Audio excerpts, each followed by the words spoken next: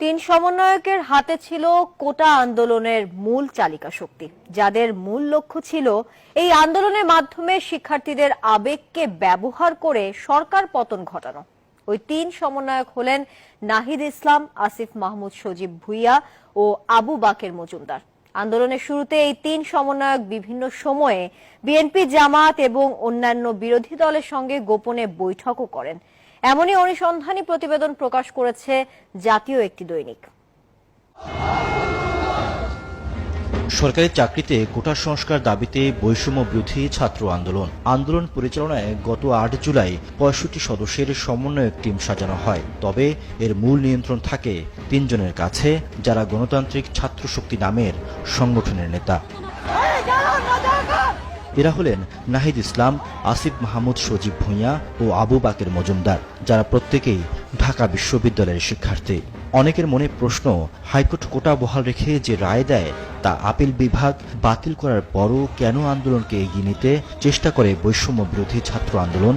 এ নিয়ে একটি অনুসন্ধানী প্রতিবেদন প্রকাশ করেছে জাতীয় একটি দৈনিক।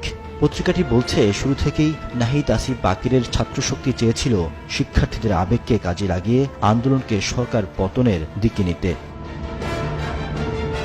ডাকসুর সাবেক ভিপি নুরুল হক নূর, সাবেক সমাজসেবা সম্পাদক আক্তার হোসেনের পাশাপাশি আন্দোলনে রসদ জুগিয়েছে ইনসাফ কায়েম কমিটি এবং এবি পার্টির নেতারা।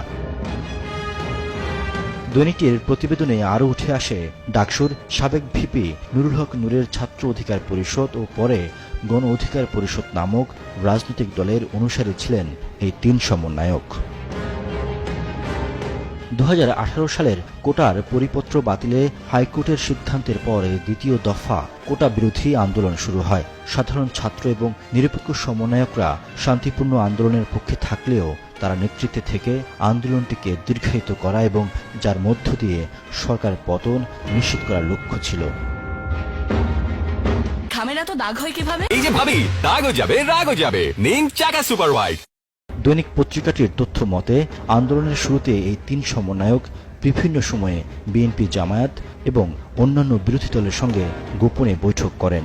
এছাড়া জাতীয় ইনসাফ কায়েম কমিটির নেতাদের সঙ্গেও বেশ কয়েকবার বৈঠক হয় এসব নেতার। শুরু থেকেই আন্দোলন ভিন্ন খাতে প্রবাহিত করতে দেশ এবং দেশের বাইরে থাকা বিভিন্ন ব্যক্তি, বিভিন্ন রাজনৈতিক দলের নেতারাও আসিফ, বাকের ও নাহিদের সঙ্গে যোগাযোগ শুরু করেন। তবে বেশিরভাগ সমন্বয়ক এর বিরোধিতা করেছেন। Desk report, news 24।